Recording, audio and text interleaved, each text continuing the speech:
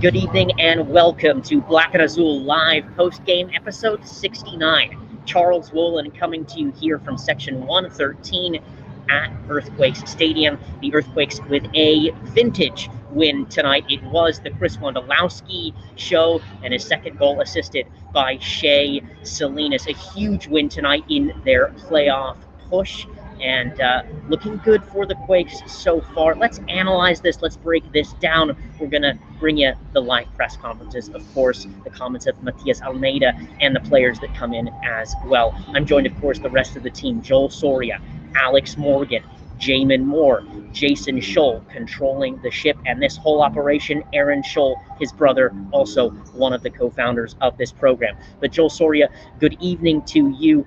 A big win tonight for the Quakes and Matias Almeyda. Yeah, just a crucial victory. First and foremost, though, before I go on, good evening to you, Charles. Good evening, Alex, Jamon, and good evening to all our viewers. Look, it's these type of matches that call for big players to step up. And tonight, Chris Wondolowski, the eternal captain, the heartbeat of this club, delivered a big player performance. 2 goals that drive the Quakes that much closer to a first playoff berth since 2017. It couldn't have gone better for the Quakes. They outplayed RSL in all sectors of the field. Very much deserved 3 points for Almeida and his men. Bringing in now Jamon Moore. Jamon, your thoughts on tonight and the overall perspective of what this thing looks like now. The Quakes on 27 points in the table. Yeah, it looked like we were potentially going to see a repeat performance of the last game against Vancouver, where the Quakes had a chokehold on the beginning of the game and began to give it back. But the subs, I think, came at the right time for the team. Once the subs started to step on, the tone of the game changed yet again. And Shay Salinas, credit to him, ties Roland Cerritos with 47 assists now with the team, first all time. So congratulations to him. And him and Wondo, the classic connection, a brace for Wondo, still has a chance to get to 10 goals this season. What more can you say about that duo? They're still getting it done. 2 of the oldest players on the team and in the league, and they're still getting it done.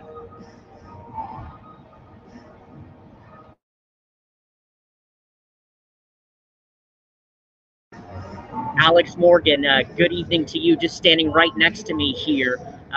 What did you make of tonight?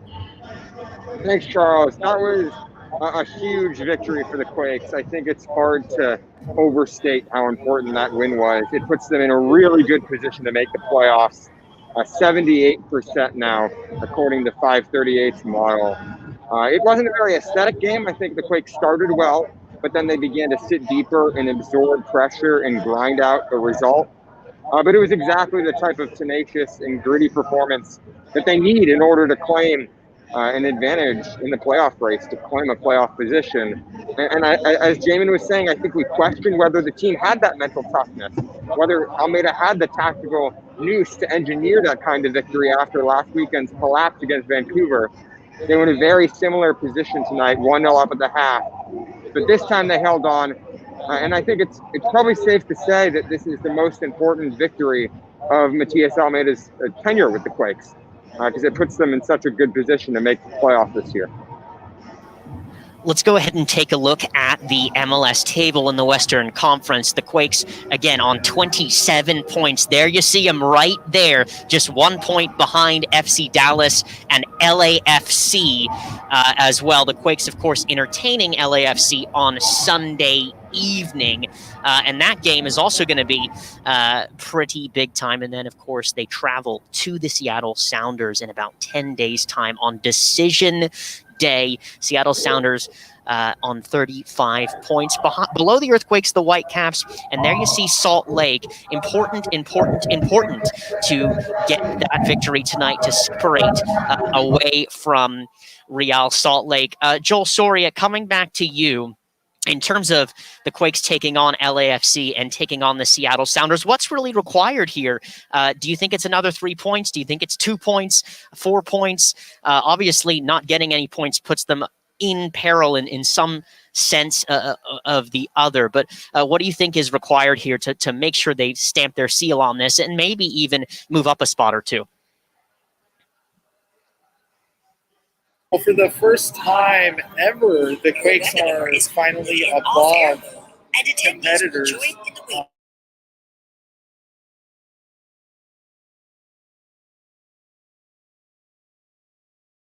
They're above competitors on points per game, right? So if we look at the standings at the moment, and we solely focus on points per game, the Quakes are at 1.29, whereas Salt Lake, Dynamo, the Rapids, and Galaxy, who are below the red line, are all below 1.29. So the Quakes are really in control of their own destiny now. And I imagine that a win in the next 2 games would definitely put them in a really, really good position. But of course, the mentality has to be try to win out the remaining 2 games and try to put yourself in a clinch position instead of a position that is going to depend on how others do. Joel, I don't even think this team needs a win to clinch a playoff spot. I think a draw against Seattle or against LAFC would be enough. There would need to be a lot of surprising results, I think. If the Quakes were to get 1 more point, go to 28 points, there would need to be a lot of surprising results for them to miss out on the playoffs. I think RSL would need to beat Sporting Kansas City. Vancouver would need to beat Portland. Colorado would need results against Seattle and Portland as well. Honestly, I wouldn't be surprised if, these 27 points is all the Quakes get this season. I don't even think they need any points against Seattle or LA in order to secure a playoff spot. They might have done enough already. Obviously, that's not the mentality that they should play with. They need to go into those 2 games thinking that it could be the worst possible scenario, thinking that they still need a win to secure the playoffs. But just looking at the odds right now, that might not necessarily be the case. Yeah, and Jamon Moore, the man with the numbers, specifically here. We talk about this a lot, and playoff-specific probabilities, and then kind of gesticulating for position, if you will. That last game against LAFC, obviously a 2-1 win for the Quakes in the 90th minute with Jackson Ewell scoring that goal. But under Almeyda, they haven't fared too well against LAFC, but certainly they've built their confidence. They've gotten many wins since that LAFC game. That was kind of the one that catapulted them in. Sunday night is also going to be a big night here. It's a big night because it's LA, right? And anytime you play LA, it's going to be a game that I believe that the Quakes are going to take very seriously. We know LAFC now has Carlos Vela back. Any game that the Quakes have played against Carlos Vela has not gone their way. They're going to need to deal with him the same way they were able to deal just with Diego Rossi pretty much alone in the last game. And now it looks like BWP is pretty healthy. They've got some weapons that they're going to be able to bring at the Quakes. I think it is important that they try to get at least 1 more point somewhere. That goal differential is a little bit close. And right now we all know that when you face LAFC and Seattle back-to-back, that goal differential is less likely to go in a positive direction. To me, I'm keeping a close eye on that number because that is the tiebreaker if it comes down to it. And I believe we're still waiting for official word from the league in terms of whether we're going to go with total points or points per game. I think the Quakes can't take anything for granted. They need to find a way to get at least a point against LAFC and then understand what they need to do on decision day against Seattle. I think, Jamon, in regards to the league's decision about who makes the playoffs, for me, it's a fairly straightforward decision. For me, I think the league needs to move to points per game and disinclude Colorado from the playoffs because Colorado have only played 15 games. That's 7 or 8 fewer games than all the other teams. So I think that's an easy decision. That would be good for the Quakes, obviously, if Colorado were disincluded because right now their points per game tallies are very similar. But we'll see. Given that Colorado just played tonight they lost. But given that they just played and they now have a squad that's healthy enough to play, MLS could be inclined to include them in the playoffs. And a little bit interesting too, because this time Colorado was on the other side of a COVID situation. Minnesota United had a COVID case that was discovered, and they allowed the game to go forward anyway. I'm not sure if that was a good call or not, because they don't have enough details on it, but it certainly hurt Colorado in the points per game department, because they dropped the 3 points tonight on an own goal in the 88th minute against Minnesota United.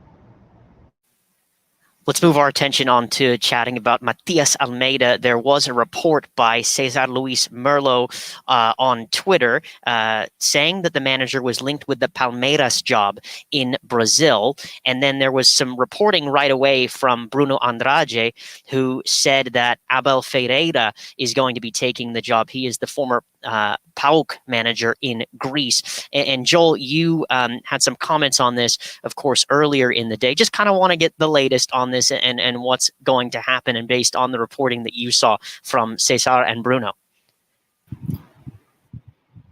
Yeah, I mean, I think that what I reported was pretty straightforward. Palmeiras reached out to Almeida's camp.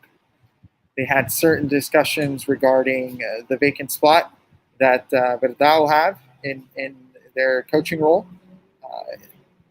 Almeida was one of many coaches, one of many Argentine coaches, to be specific, of potentially taking over that slot. But it sounds like Abel Ferreira, former manager of Braga and current manager of PAOK, is going to be taking over in Brazil for the Rio de Janeiro Giant in Palmeiras.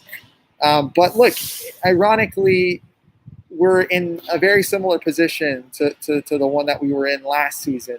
As the year was coming to a close, as the Quakes were battling for a playoff position, rumors of Almeida going elsewhere spawned, and this time around is no different to the ones that we were hearing about him potentially, taking his talents to Monterrey to join Rayados. The approach from Palmeiras was real. There were negotiations, no formal offer whatsoever. But I have to think that Almeida is going to remain in San Jose, given that Ferreira is slated to become the next manager of Palmeiras. Any other thoughts, Jamon or Alex, on this story that came through? I think it's just one to kind of watch, because every time Almeida's in the news, right? All this firestorm seems to happen in terms of whether it's a real thing or not. I think 2 years into the project, we should expect that we're going to see more of this type of stuff in the news. Some of it's going to be potentially valid, some of it not. And what we do think is that it looks like he may be trying to leverage these opportunities into players next season. That might be more rumor than fact. We don't really know. We do know that he's met with the owner, as we've talked about on this show. So, I just would say, Quakes fans should brace for this time of year when Almeida is going to be linked to any available job in Mexico and South America again. Well, that's what I was told. That was another piece of the report, right? That if the Quakes were able to commit to spending this upcoming winter transfer window, then the possibilities of him staying would be that much greater. Obviously, Palmeiras never submitted a formal offer for El Pelado, but that goes to say that Matias obviously wants and needs reinforcements this winter, no exceptions. And as we know, Jesse Fiorinelli spoke with the Mercury a couple of months ago and went on the record saying that he was going to be signing at least one or two players this past window. Nothing came into fruition. And now as we approach the winter transfer window, there has been little rumors as well. So it's safe to say that Matias is asking for Fisher and company to open the wallet and to double down on his project. So I think it all hinges on whether the Quakes make the playoffs this season or not. If the Quakes make the playoffs, then everybody's happy, I think. Matias Almeyda can claim that this season was a success, and I think it's pretty obvious that he stays. If the Quakes don't make the playoffs, if something goes horribly wrong in these next 2 games, then I think the situation is more fluid. It's a lot more intriguing because then I'm not sure where John Fisher stands, whether John Fisher would be willing to double down on a coach that missed the playoffs for 2 years in a row. So I think if the Quakes don't make the playoffs, then that's definitely one to watch, as Jamon said. But if they do, then I think that would put to bed a lot of these rumors. I wouldn't say that missing playoffs is going to be the reason why Matias leaves or would entice Matias to leave. I think what would entice Matias to leave would be a solid offer from a well-known and well-respected club that actually is going to propose a solid plan for him, similar to what the Quakes offered him here, right? 4 guaranteed years with minimal risk at stake. Job security that is unmatched anywhere else in the world, perhaps. And if something similar to that came around, then I think that he would definitely contemplate it. But I don't necessarily think that missing the playoffs would do it for Almeida. And that's not, I mean, to be honest, the way things are projecting at the moment, it looks like the Quakes are going to be making playoffs for the first time since 2017. So that's definitely a positive. And yes, as you mentioned, Alex, a clinching the playoffs this time around, I think totally just overturns the atmosphere, the aura, the mentality here at Earthquakes Way, without a doubt. Let's get into talking about the lineup. We talked about it last match. We also talked about the fact that Matias Almeida didn't make too many changes and the type of changes that he made in that Vancouver game. And we can see the comments coming in about substitutions and what time they come in, what time they don't come in, who's subbing in, etc. I kind of love the football manager stuff, and I think it's important that we have this chat and debate. Only one change: Marco Lopez comes into the team at left back for Matias Almeida, and then he made a couple changes in that second half. And Alex, you and I were chatting in this second half, and thinking that this second half they came out a little flat, a little bit less energetic than Salt Lake, who were kind of on top of them for the first 10-15 minutes. And he makes a couple of subs, and Shea Salinas coming on and providing that wonderful assist for Chris Wondolowski, and Cade Cowell just wreaking havoc in the last 5-10 minutes of this game, creating a couple chances, winning a corner,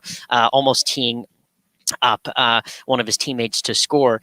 And I think Matias is on his way, but just wanted to hear what you have to say on that first, and maybe Matias can cut us off. I think Matias is going to cut us off. We'll have to come back to that, and here's Matias Almeida, everybody. Thank you. Hey everyone, thanks for being with us this evening. Following the Quakes' 2-0 win over Real Salt Lake, we are joined by head coach Matias Almeida. We'll start by taking a few questions in English and then a couple more in Spanish. So let's start with Jamon Moore.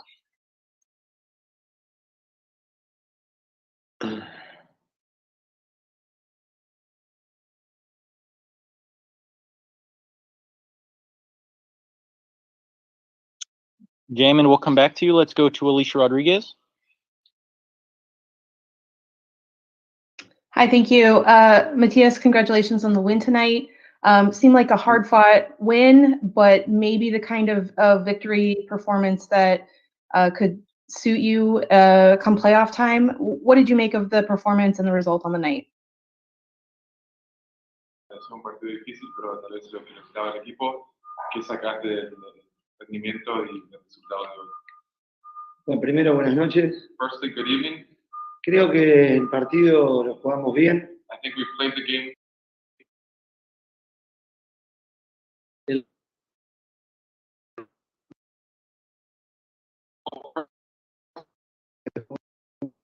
The previous game. Y creo que Hola. Se cortó.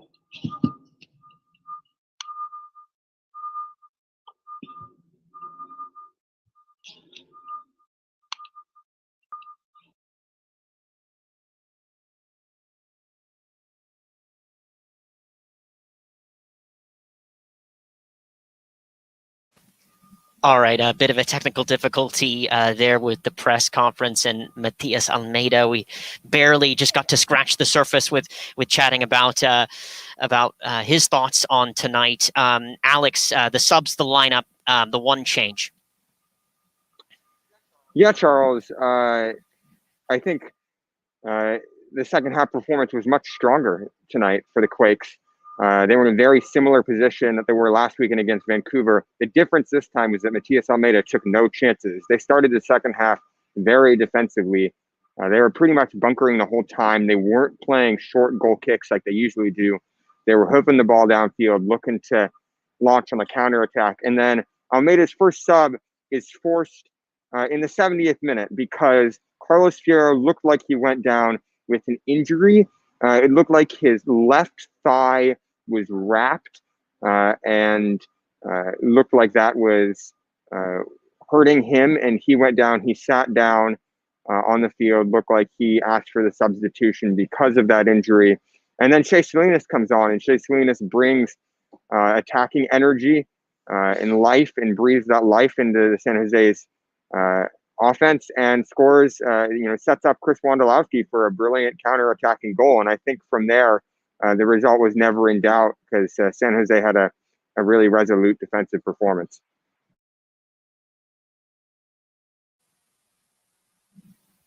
Yeah, and Joel, we've been chatting all year about Marco Lopez and what he brings to this team. His first start against the first start since he took on the LA Galaxy and went on international break. And it looks like Joel's internet connection also may have been a bit of an issue here. So I don't know if Jamon Moore is still with me, as I think we're trying to figure out toggling between the press conference and this show. I think he is with me there. But Marco Lopez, he scored against the LA Galaxy, and he's back in the team tonight for the first time in a bit of some time, and he was coming into good form. But I just wanted to say I thought he was excellent again tonight, just solid at that left back position, athletic, winning balls in the air, being able to provide balls down the sideline for Carlos Fierro. And it looks like Matias Almeyda is back, so we'll have to come back to chatting about him too. So how about that?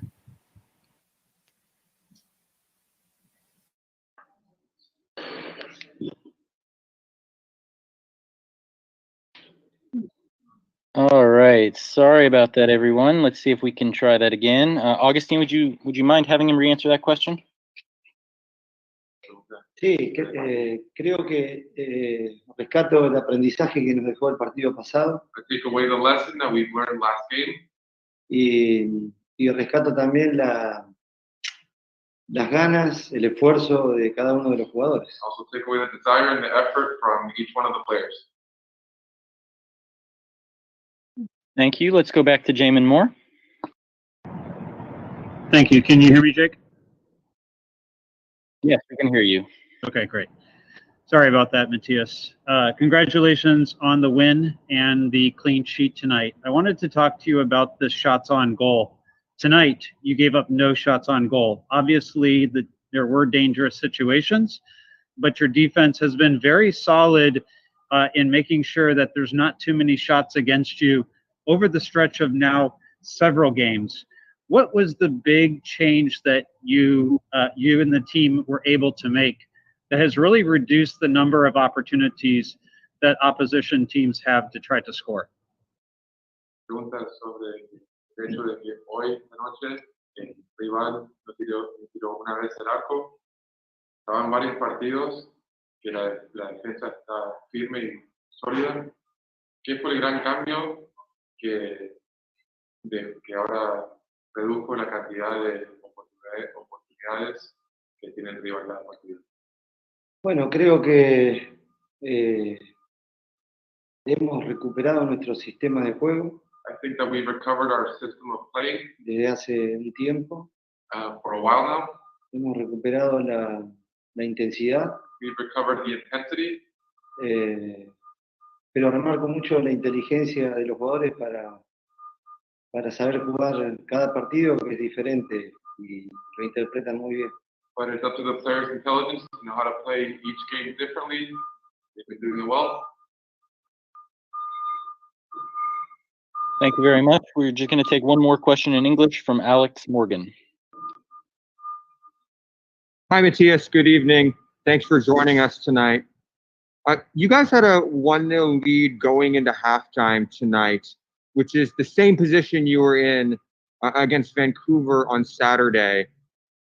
You said you learned some lessons from some of the Vancouver games. Can you talk about some of the changes that you made, particularly at halftime, that were allowed you to hold on to the result this time? Fueron en el entretiempo con una ventaja de 1-0, igual que el último partido contra Vancouver. Hablaste que hubo algunos aprendizajes y puedes hablar un poco de qué cambiaste en el entretiempo para poder mantener la ventaja, ¿no? Acá, diferente del partido pasado. Sí, creo que el aprendizaje del partido pasado fue que lo perdimos. I think the lesson that we learned last game was we lost. Por virtud del rival y porque nos habíamos quedado un poquito. We lost it by virtue of the opponent, and we stayed back a little bit. El partido pasado hicimos un gran primer tiempo. The previous game, we had a great first half. Donde nos fuimos en ventaja también, como hoy. Where we also had the lead at halftime like today. Pero después, por virtud del rival, porque empata de un tiro libre que hace un gran gol. But then by virtue of the opponent, who ties the game with a great free kick. Y después tuvimos 5 minutos que nos quedamos un poquito y después volvimos al partido. Then we had 5 minutes where we stayed back a bit, and then we got back into the game. Hoy pudimos mantener esa intensidad y esa concentración. Today we were able to maintain that intensity and concentration durante todo el tiempo. Throughout the whole time. Y bueno, eso es haber aprendido la lección del partido pasado. And that's having learned the lesson from the previous game. Thank you, Matías. We'll take 2 questions in Spanish, starting with Joel Soria. Buenas noches, Matías. Buenas noches. Llevaba 11 partidos consecutivos Wondolowski sin anotar un solo gol. Y se dice por ahí que en los partidos más grandes, el jugador más grande debe de poner todo el empeño y sacar a su equipo adelante. Hoy lo hizo él, el capitán, anotó 2. ¿Cómo se le hizo su rendimiento, su impacto en la cancha? Gracias. Sí, muchas veces no analizo a ver quién hace el gol, sino la forma, la entrega, la interpretación. Creo que Wondolowski a los 37 años tiene una entrega muy grande. Cada vez que entra a la cancha, al terreno de juego, deja todo lo que tiene. Y bueno, estuvo, digamos, en una parte bancarlo, porque no hacía goles, pero el trabajo era bueno. Y tarde o temprano los goleadores siempre aparecen. Y justo hoy, antes del partido, había hablado con él, transmitiéndole la tranquilidad de que esperara que iba a llegar. Y bueno, por suerte llegó, pudo coronar 2 acciones de gol con muy lindas jugadas de parte de sus compañeros. Y bueno, lo importante es que cada uno está aportando su granito de arena. Thank you, Matías. One last question from Carlos Ramirez.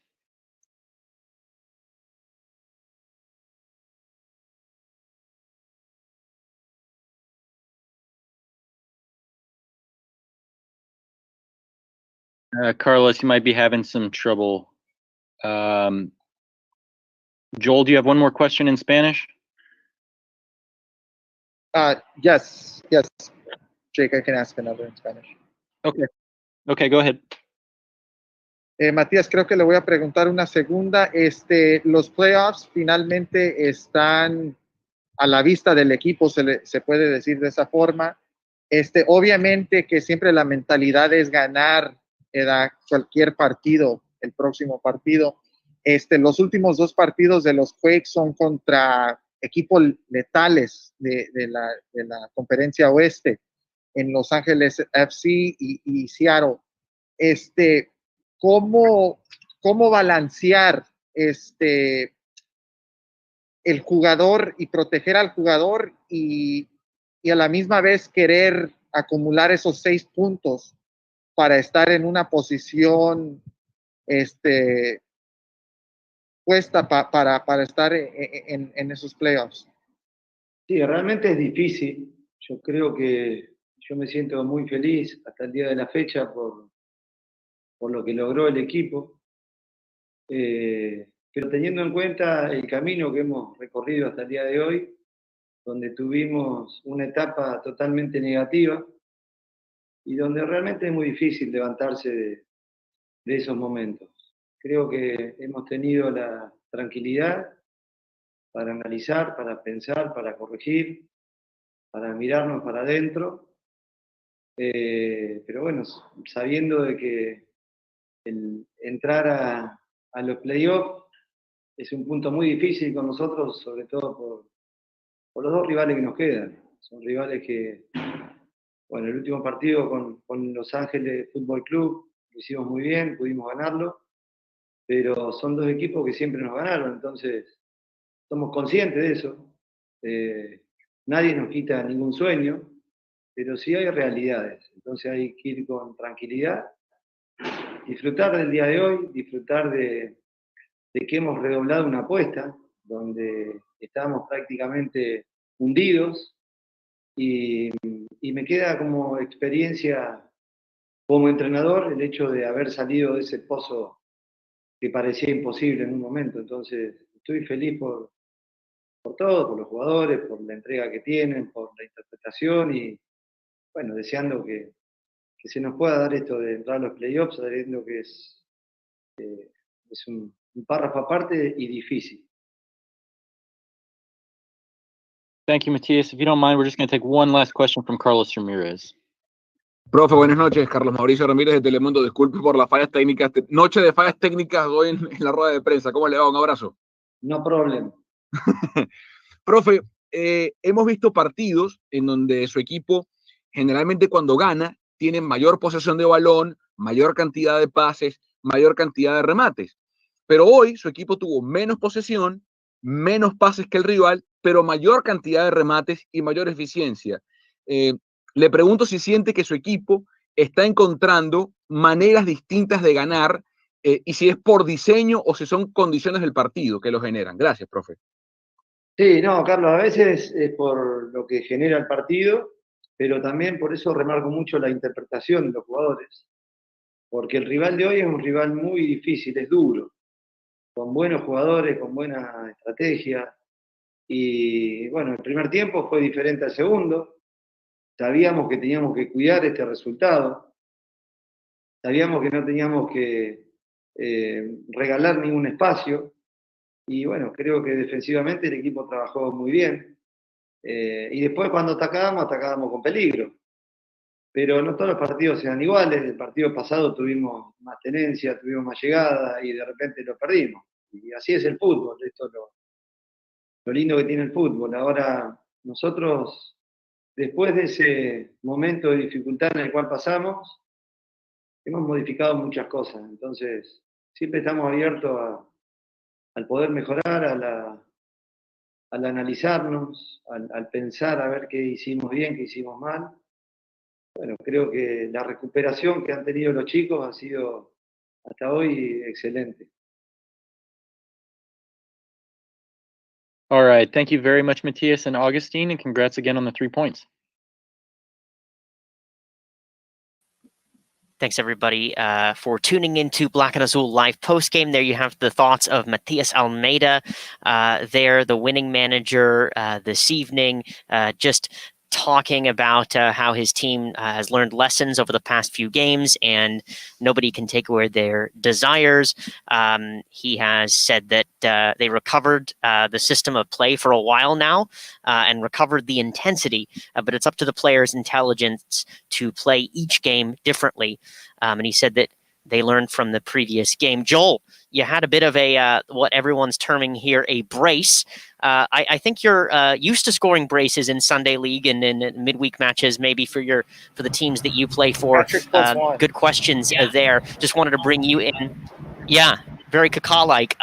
Your thoughts on his press conference and what he had to say? Definitely satisfied and content with the way that the team played tonight, and most importantly, I think that he's just over the moon purely based on the fact that he was and his team were, quote, able to get out of the hole that they were in not too long ago, end quote. And, who would have thought, right? Who would have thought that the Quakes from a couple of months ago would be, 1 foot in when it comes to playoffs, this with 2 games to go.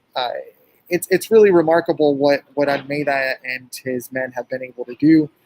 And tonight, Almeyda was, throwing flowers at his team left and right, praising them for the resiliency, for their tenacity, for, their hardworking mindset.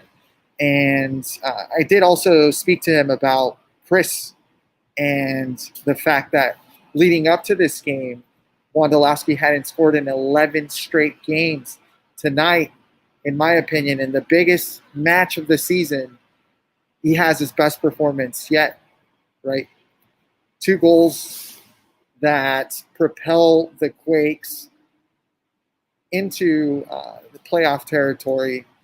And as he mentioned, he said that he spoke with Chris before the game and that he told them that he needed to be patient, that the goals were going to come sooner rather than later. Shoot. As we all could have guessed it, the goals came in bunches in the most critical time. He also mentioned that, for his age, he is still a very, very lethal finisher and definitely one that the team can rely on. So a lot of praise, obviously, from Almeyda towards his players, towards Chris Wondolowski, but, mostly towards the institution that has been able to kind of rejuvenate itself and get itself out of the downward path that it was on. Joel, it didn't exactly feel like he was very effusive with that praise, though. I was a little surprised that his demeanor, his energy was pretty subdued, given that after the final whistle, we saw pretty emotional, pretty big celebrations from Florian Jungwirth. I was expecting a more triumphant Matias Almeyda, because as I said earlier in the show, I think this is probably the biggest win of his tenure in San Jose, but he was a little more reflective. Obviously, I can only pick up bits and pieces of the Spanish, but as you say, even though his demeanor might not have shown it through the intermedia webcams, you're saying that he was praising Chris Wondolowski, and I think Chris Wondolowski deserves all of that praise.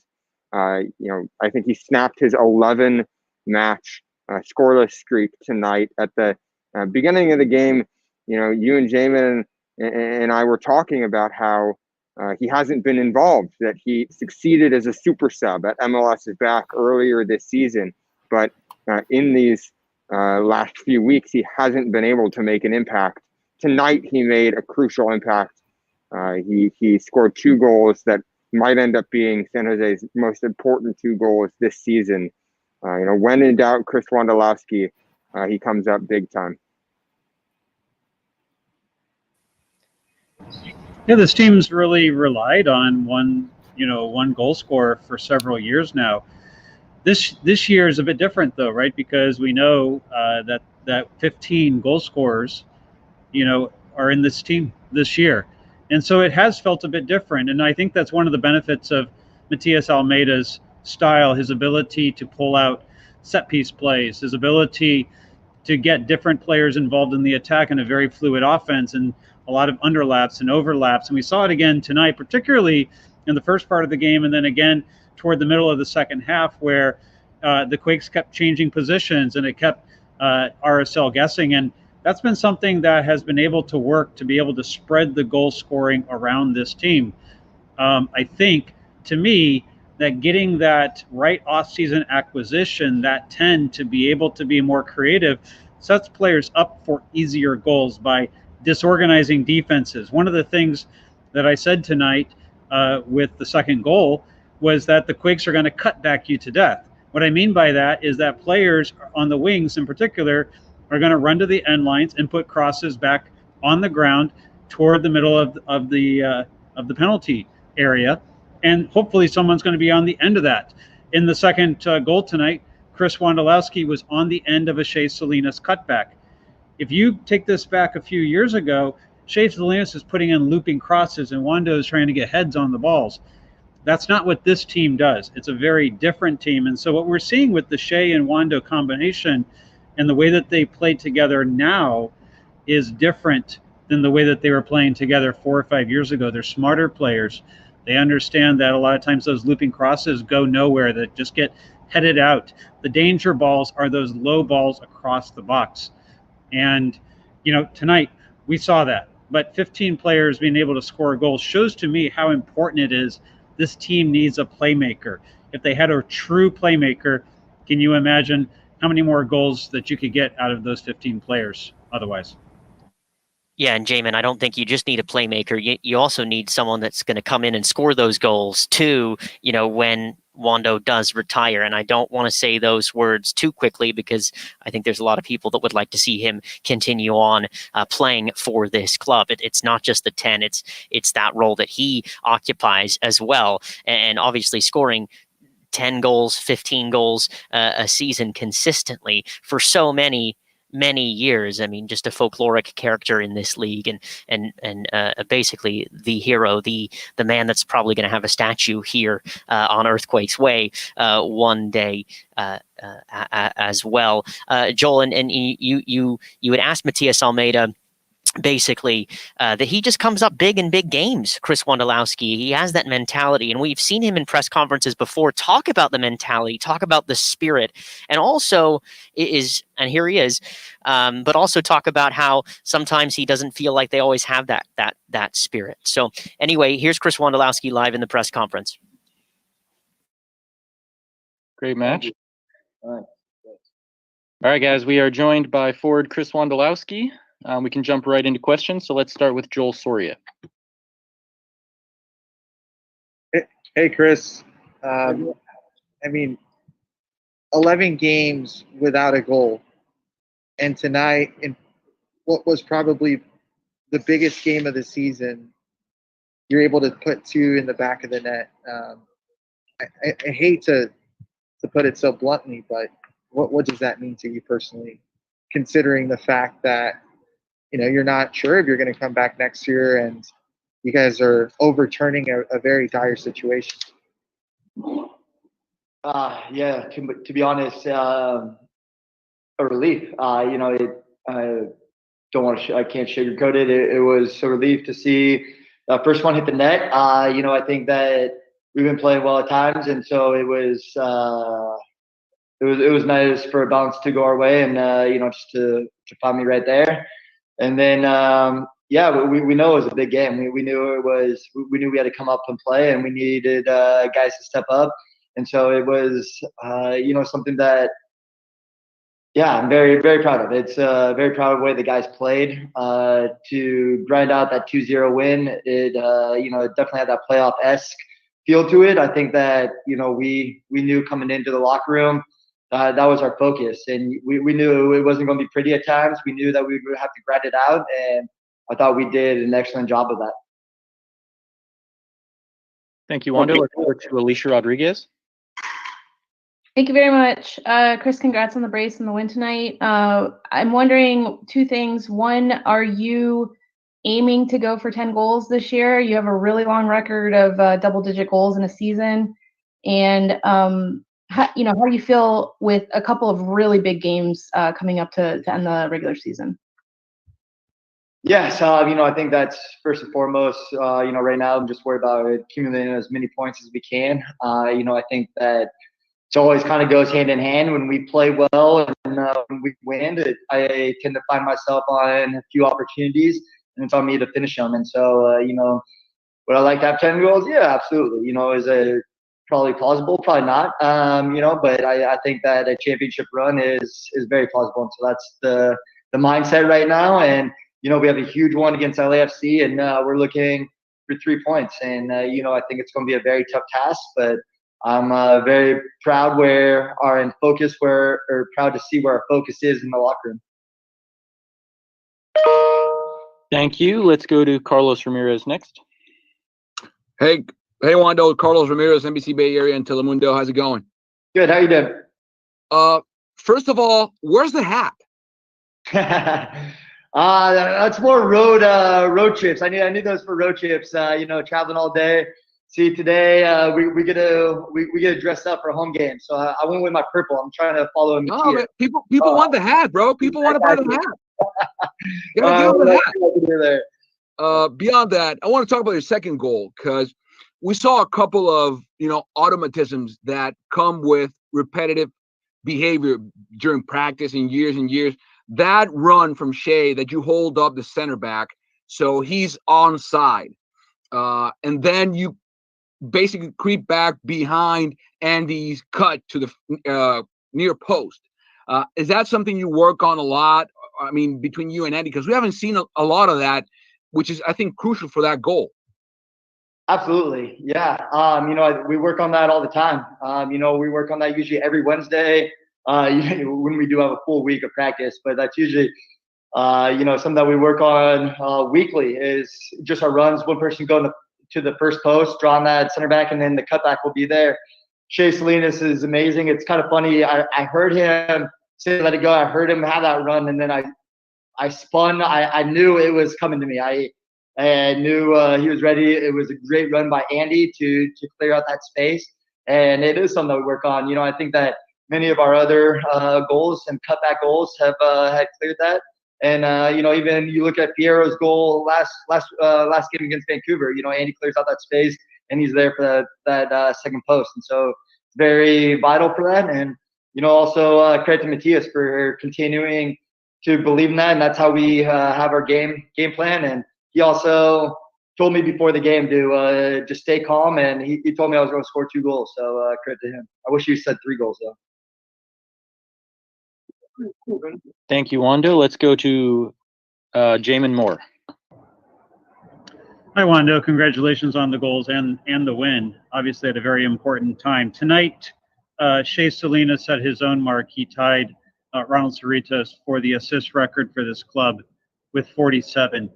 Can you talk about, at this point in your career, what the combination that you and Shea and your relationship, means, to you personally, and then also to what's meant to this club for the last few years? Absolutely. Shea's been an ultimate professional. I'm still learning from him. He's amazing with how he goes about his daily practice, and is ready for every game, every minute. And he pushes me, and he's been my longest tenured teammate ever. And we really understand each other, especially on the field. I think it is just a repetition. I know where he's going to pass it. He knows where I'm going to move, and vice versa. And I think that he reads the game well, and we just kind of see the game similar. And so, I think that, again, I couldn't be proud of him. Couldn't be more proud of him. He's, it represents his club to the fullest. And, I feel bad. He probably should have a lot more assists. Should have already broken that record if I could have finished a couple more of those. But I'm proud of Shea, and hopefully, and still think he has a couple more very valuable years left here. Thank you, Wondo. One last question from Alex Morgan. Hi, Chris. Congrats on the win and on the goals. I've actually got 2 quick ones, if you'll indulge me. The first is where you see this win leaving you in the playoff race, how comfortable you guys feel at this stage. And then the second one is, I feel like I have to follow up. It would be negligent of me not to follow up about the purple shirt, because between Almeida's purple shirt and the purple pennies, is this an October thing? Is it a Halloween thing? What does purple mean to this team? No, it's just a sign of unity. We see our coach. We love following him. He's so passionate, and he's so knowledgeable, and we love playing for him. And so I kind of do this in tongue in cheek. We're all very superstitious in how we go, and I think we have been on a good run, and he's been wearing that purple, and so it's just obviously I think it brought good luck. And I think that. But that being said, it's weird. Usually during a year, you don't know when or where big points matter. For us, it was an LAFC game earlier that really kind of was a catalyst to kind of turn our season around. This game, we knew coming into it, it was massive. We needed 3 points. We knew that our backs were against the wall. We knew that if we wanted to make a playoff push, we had to be ready for this game. No ifs, ands, or buts around it. We needed to be ready. And again, so proud of the guys. I thought they played so well. Our defense was unreal. And then, it was just kind of a relentless attacking. And it was nice to finish off 2 of those. But, I think that it was just a well-rounded game all across the board. All right. Thank you very much, Wondo, and congrats again on the win. Thanks, Ed.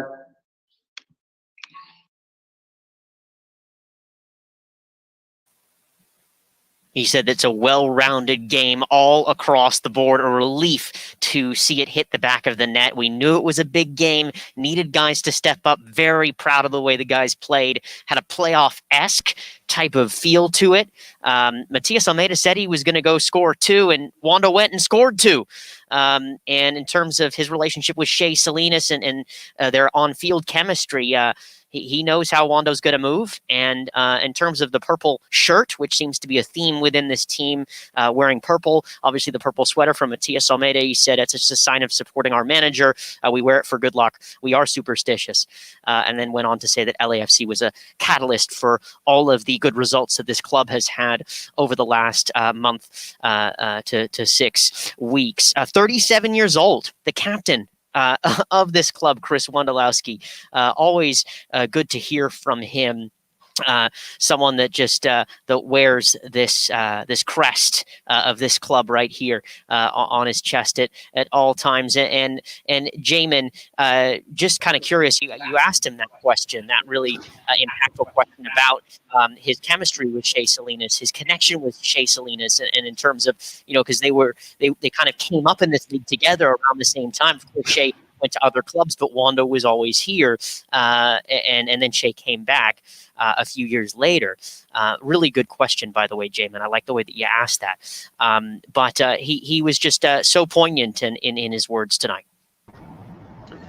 Yeah, I think, we've probably said it on this show before. If Chris Wondolowski's, Michael Jordan, then Shay Salinas is his Scottie Pippen, right? It's a really special type of relationship you can tell between them. Look, I don't think off the pitch they're necessarily the best buddies, but I think when they come to practice, when they come to games, like they just got this knowledge of where each other is going to be and what each other is going to do, and that has blossomed and developed over the years. And if Chris Wondolowski is here for another year or 2 years, Shay Salinas has to be here for another year or 2 years as well. It just wouldn't be fitting to be able to have one of them continue, I think, without the other, so long as both of them are able to play in this league. So to me, it's a really important thing that they end together strong. I'd love to see Shay actually break that this year, just in the event that Wondo retires. He's got 2 games in which to do it. Hopefully he'll get the opportunities. Hopefully Wondo's thigh, which made him questionable before the game, I don't think we've mentioned that, but he was on the injury list as questionable before the game. Hopefully his thigh is going to be good and it will hold up for at least the next 2 games, because now it looks like they're going to need to be able to go 2 games and then have a playoff game, at least at the moment. So, yeah, absolutely a special relationship between those 2. And it's just amazing to me, Jamon, that in 2020, Shea Salinas is going to set up Chris Wondolowski for, the goal that might send San Jose to the playoffs, right? Who would have thought that five years ago that their connection would still be going strong, and they would still be such a crucial, core part of this team. I really think it's a testament to their professionalism and their success in this league. But I also think it speaks to the fact that, tonight's result was sort of back to basics for the Quakes. They played a counter-attacking style. It almost felt like, bunker counter soccer in the second half. And Chris Wondolowski and Shea Salinas are a huge part of that, and be able to bob down the wing, get some cutbacks, and put the ball in the back of the net. This felt like the Goonies all over again, And Alex, I just have to say something. I thought you did a really nice job on following up about the purple and the theme of purple. And I obviously people have playoff beards, people have different superstitions, and I think you got Wondo to open up a little honesty about some of that a little bit tonight.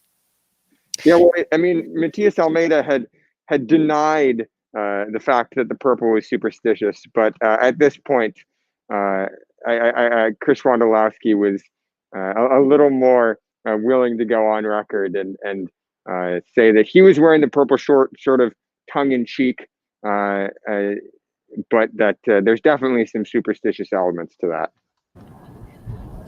The thing is, I don't think that managers would want to give away the theme. I think that players probably would be the people that would gently give it away. I think it's a managerial thing, and they would always deny it. In college, I remember a basketball coach that did the same thing. He was wearing a beard, and the team that I covered, Arizona basketball, some of the players were kind of slowly chirping about that, but the coach never, ever, ever, when asked about it, what are you talking about? So I'm glad that you uncovered that.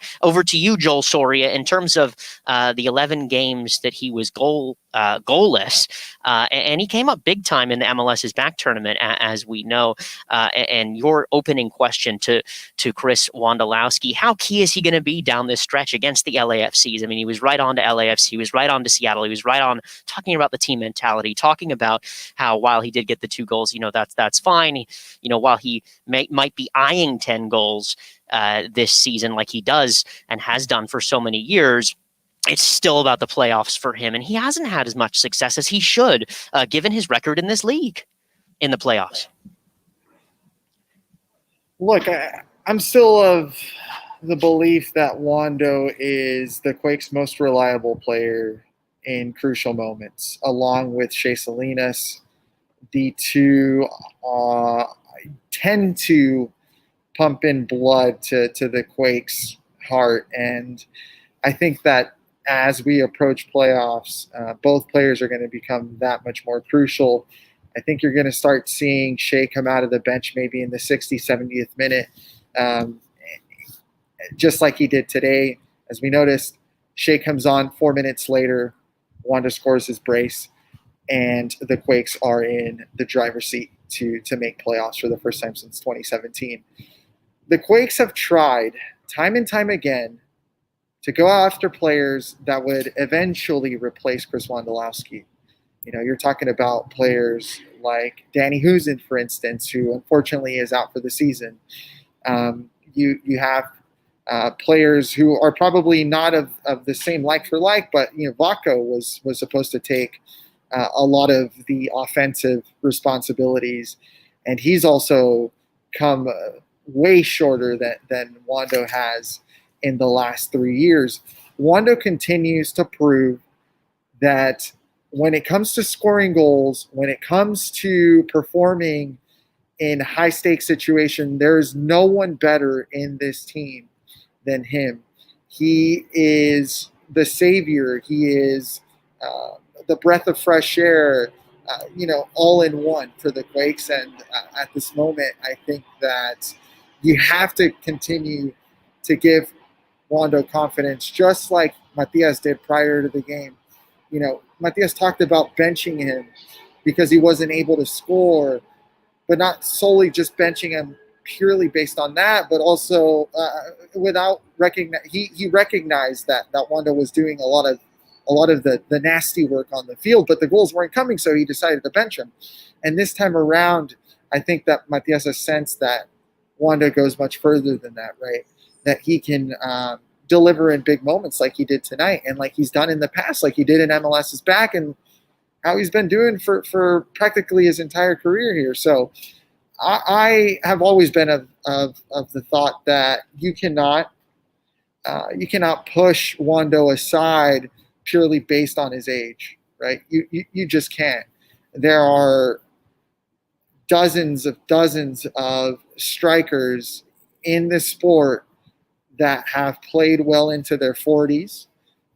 Loco Abreu, who is an Uruguayan legend, is currently a player/coach in South America, and he's still scoring goals at the age of 43. At times, getting his club out of sticky situations by subbing himself into the game and scoring. You have Pizarro, for instance, who longtime Peruvian player, who just called it quits not too long ago after a stellar career in Europe, playing in Bundesliga well into his early 40s. So I think that Wondo, and he's expressed it to us time and time again, he's in prime fitness shape. He's obviously still scoring goals for fun. Let him play. Let him carry on. That also means let him be the prime generator of goals heading into the 2020 playoffs. Well, I don't know about that, Joel. I still think the Quakes need to go in the transfer market and sign another center forward. Of course. With Husen gone, practically you have to go out and get a secondary striker. That's not what I'm saying. What I'm saying here is you can't cast Wondo aside purely based on his age, because he's proven time and time again that he is effective, and he is as effective as they come, and the Quakes will never have a player like him ever again. So you have to take advantage of it. I think that's absolutely right, Joel.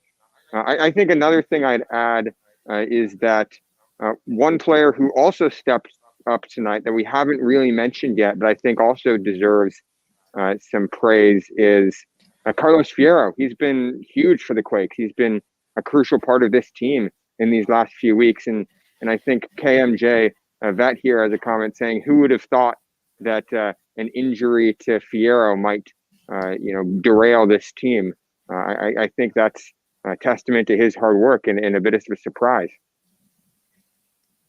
All right, here is Shay Salinas in the press conference.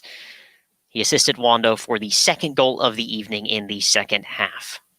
Total assists in his MLS career, so congrats on those milestones, Shay.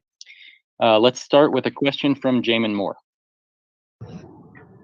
Yeah, I wanted to ask you about that record. Obviously, you tied it, and I'm sure you're going to go for it and try to break it over the next couple games here, Shay. But what does it mean to get an assist that basically seals the deal in a game that I'm sure you guys have to think is a must-win type game? And the fact that, at your ages, you and Chris Wondolowski, no knock on your age, of course, but you and Chris Wondolowski are still connecting, still putting in goals that are going to get this team hopefully above the playoff line. Yeah, it's a great moment. I think as a team, we played so well tonight. I fought so hard. So to come off the bench, my goal is to make it a little easier on the guys that have been working for so long. So I try to do a little extra running, try to keep the ball for us, and obviously try to put the game away. And I was happy that I was able to help in Wondo doing that. Thank you, Shay. Let's go to Alicia Rodriguez. Thank you very much. Shay, congrats on the win tonight. You guys won a game that was pretty big, and now you have two pretty big games coming up as well to finish off the season. How are you approaching the run-in and, getting over the line into the playoffs? Yeah, tonight was a huge game, especially after losing to Vancouver. After Vancouver, we looked at the three upcoming games and think, man, we need 6, 7, maybe even 9 points out of them. So obviously you look at one game at a time, and Salt Lake was in front of us and we were able to get 3 points there. So now we're on to the next game. We've got to get 3 points there, and it's not going to be easy. We've got 2 tough games ahead of us, but I think we're also building a little bit of momentum. We've got guys coming back from international duty. Guys are feeling better. So hopefully we can reinforce the squad and win some games. Thanks, Shay. We'll go to Carlos Ramirez. Hi, Shay. Carlos Ramirez from NBC Bay Area and Telemundo. How's it going? Good. How are you doing, Carlos? Good. A month and a half ago, maybe the team seemed unhinged physically. I mean, you guys seemed like you didn't have any gas on the tank. Do you think now the team already is in that they found the groove and already have accustomed to this new COVID reality where you play every 3 days without any crowds anywhere? Is that a thing now? Are you dealing with this? Is the new normal now normal for the Quakes? Yeah, I mean, I never thought I'd say it after this is my 13th year in my career, and I never thought that it would be normal to be playing every 3 to 4 days. But to be honest, it does feel normal. We're training every day. We're playing games every 3 days, and guys are. It's all about recovery right now. So guys are recovering quickly. Guys are focused on the games coming up, and for us guys who aren't playing many minutes, we're trying to keep our fitness up. We're trying to make ourselves ready and available. So it's an interesting year to say the least, but I do feel like we're building some momentum, and hopefully we can make the playoffs and carry that into it. Thank you. We're going to take 2 more questions, starting with Alex Morgan. Hi, Shay. Congrats on the victory and on the record as well. I just wanted to follow up with you. You've mentioned in the past how you'd love to be a part of this organization in the future going forward next year. I wanted to follow up to see if you've had any progress in terms of contract negotiations. I know tonight was a reminder for a lot of fans just how important you are to this team and how much they'd like to see you back in San Jose next year. Yeah, thanks for asking, Alex. I think Jesse and I have had some conversations about next year. I'll be a free agent at the end of the year, and right now I'm kind of have a lot of. I want to keep my options open, but I love San Jose. I love this club. I want to see it continue to grow. I want to be a part of developing young players. So I do want to be here, but there's so much that goes into that. I mean, cost of living and how many years left I have to play, and there's a lot of factors to think about. But hopefully those conversations will progress. But right now I'm pretty much just focused on making the playoffs.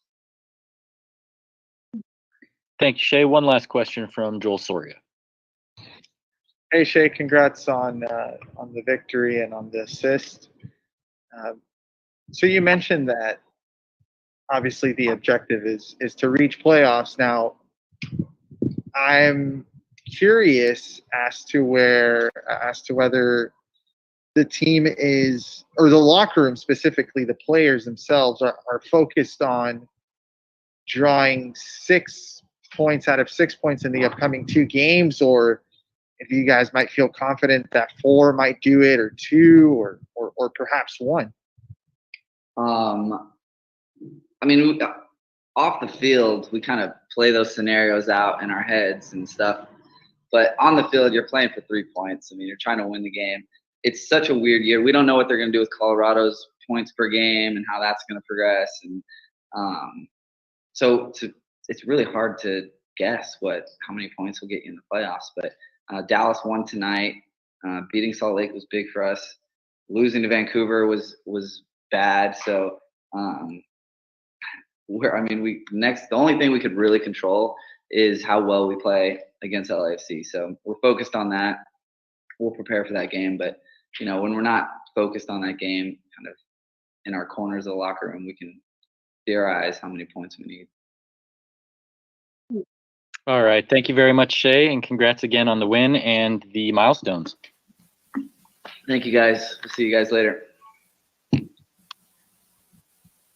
Welcome back to Black and Azul Live post-game. Charles Wollin with you and the rest of the team. There you heard from Shea Salinas, who tied Ronald Cerritos this evening for the all-time assist leader in San Jose Earthquake club history with his assist in the second half to Chris Wondolowski. A 2-0 victory tonight for the San Jose Earthquakes. He said, after Vancouver, we looked at the remaining games. We're building a lot of momentum. Hopefully we can reinforce the squad and win some games after some players get back from international duty. I don't think it would be normal to play 3 or 4 games usually, or playing games, every 3 to 4 days, but guys are recovering. He also said he wants to be here. He said he spoke with Jesse Fiorinelli, the general manager. He loves the club, loves playing in San Jose, loves San Jose, and just wants to stay focused. And of course, off the field, when asked by our colleague here, Joel Soria, about the points and what's going to happen with the playoffs and Colorado situation with COVID in their camp, of course, they're playing little scenarios here and there. Jamon Moore, bringing you in, Joel Soria and Alex Morgan back from this press conference. Shea Salinas, you were right on the mark right away when he tied that record with Cerritos this evening. What did you make of his comments? Always a very candid player and always going to tell us on his mind right away. Yeah, Shay's always fantastic with the media, always gives us, I think, candid answers. He's not looking to give you the answer necessarily that you expect. He thinks he's in a conversation with you, and I think we all appreciate that about him. And some fans didn't seem to like his answer that, maybe his agent is wanting him to look at other options in the off season. It seemed a lot of people took exception to that. I don't think the answer is, really going to be in, something that Shea can answer. It's going to be between, his agent and the club, and they're going to need to be able to come to some deal that allows him to be here. But look, he's put his roots in San Jose. He's got a home here. He's got his family here. He's got extended family here. We know he's got a church here. All those things, that families, want to have. He has that sense of community here in San Jose, and those things are very important to him personally. And I do think he's going to make any effort that he can, but we all know that this is a business, and it can be a cutthroat business at times. It's important that not only that Shea wants to come back, it's also important that Jesse Fiorinelli and the team want to have him back. I see a longer future for Shea in the organization. He alluded to it tonight. He wants to train young kids. Kudos to him. I think that's, a laudable thing. But he is going to need to make sure that he's set up financially in a way that living in the Bay Area for the long term will make sense for him and his family. I just think that the impetus is on Jesse Fiorinelli and the San Jose Earthquakes to give Shea a good deal, to retain him and keep him in San Jose, in part because he is, such an important figure in the locker room and in the community, and also because he's still a huge player for this team. He's a really versatile asset. He can play up and down the wing, in right back, going forward. I still think he has a lot to offer this team on and off the field. Yeah, what I was able to extract from that answer was that money is definitely going to be at the top of the priority list for Shea. Perhaps that wasn't the case in previous years, but as Shea approaches the twilight years of his career, the age of 34, he's definitely has to consider his financial setup for retirement. As you mentioned, Jamon, those are things that you cannot take lightly.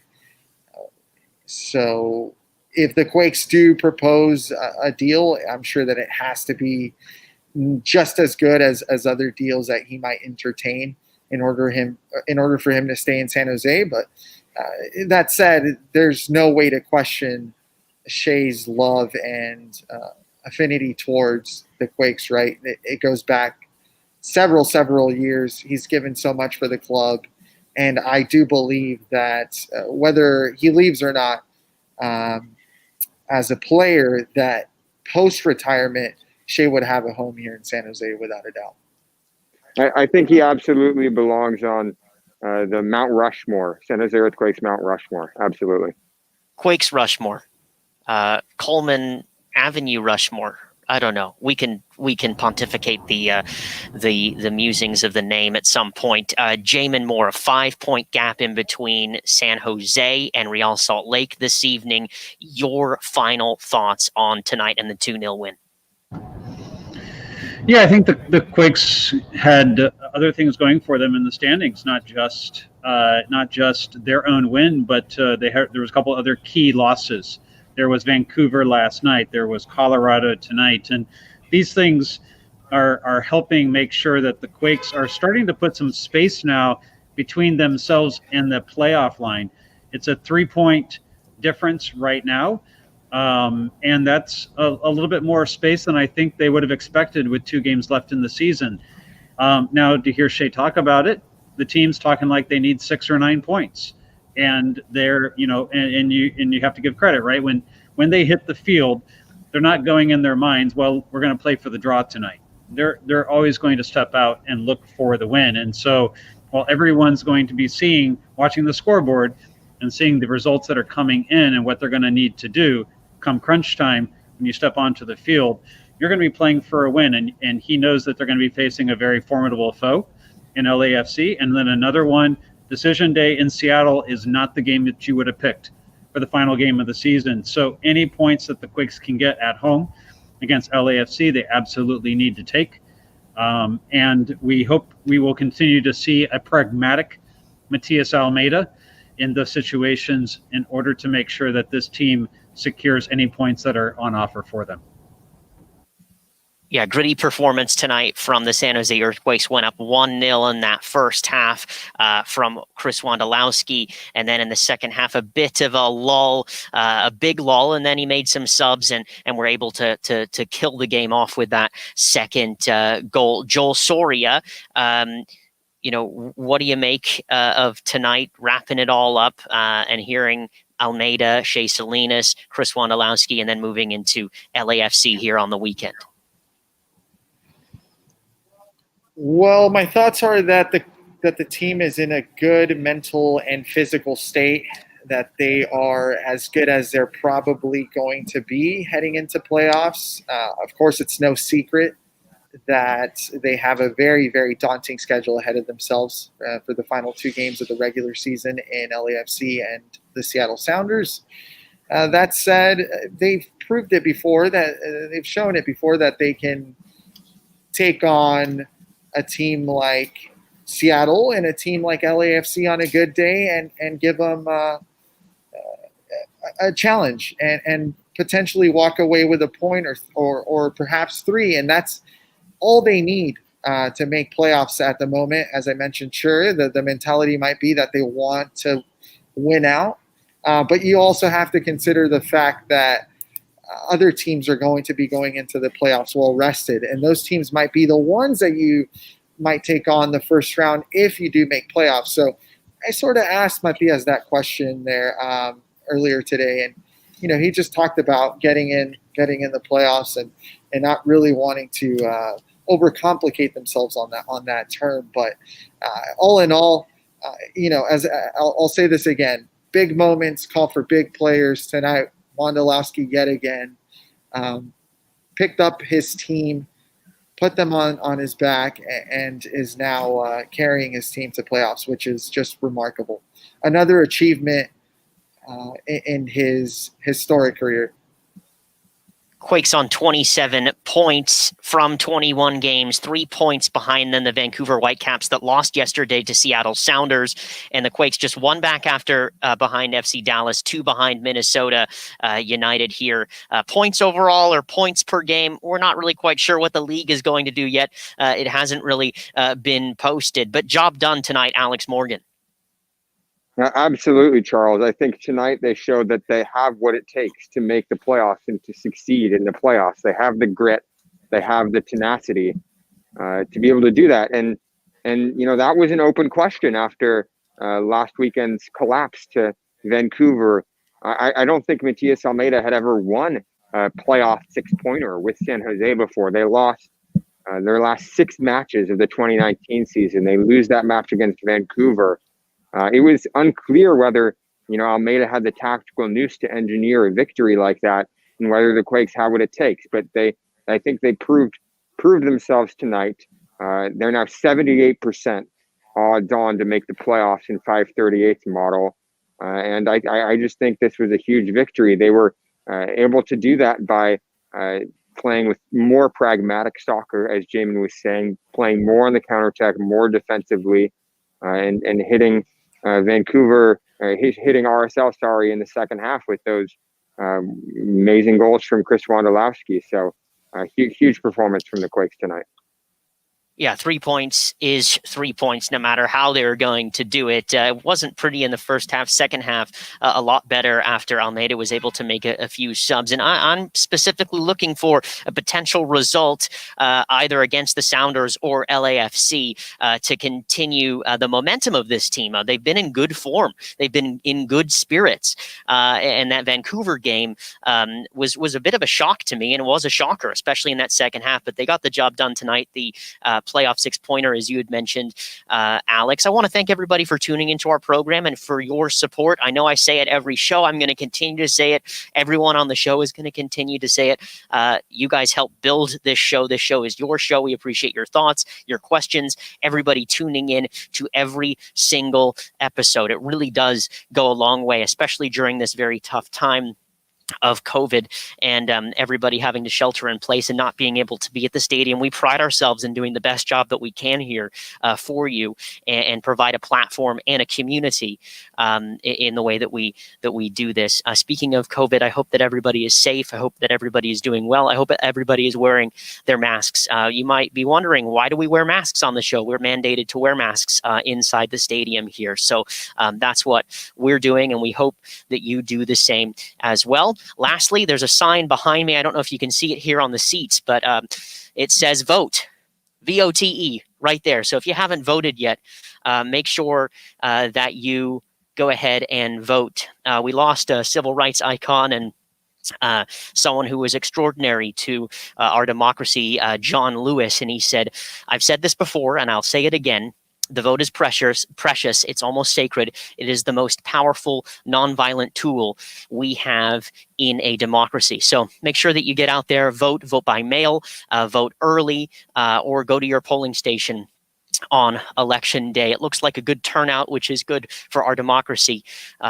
So just urging everybody to go out and get out and vote. The final score here from Earthquakes Stadium. It is San Jose Earthquakes 2, Real Salt Lake 0. Chris Wondolowski with 2 goals tonight. We'll be back with our next broadcast on Sunday evening after the Quakes take on LAFC. Right there. It'll be a 7:30 p.m. kickoff. You can watch that on NBC Sports California. Listen to Ted Ramey on the call on KNBR 1050 or Carlos Cesar Rivera on 1370 KZSF. And then the final match, it'll be a week after that, decision day, when all the playoff spots get decided against the Seattle Sounders. 3:30 p.m. kickoff. All the teams kick off at the same time on decision day. And we'll also be broadcasting a post-game live for you. So for everybody here on the team, just want to appreciate all y'all for tuning in week out with us. I know it's been a long season. I know it's been a long year, but we appreciate you tuning in with us so you can tune out for a little bit, sending you positivity and a virtual little elbow or fist bump, high five, whatever you need, maybe even a hug as well. Hugs are good virtually, all virtually. Okay, just want to clarify. Anyway, Black and Azul, episode 69. Aaron Sholl is our associate producer. Jason Sholl is our executive director and producer. Jamon Moore, Alex Morgan, Joel Soria, Charles Wollin, signing off. Cheers, good night.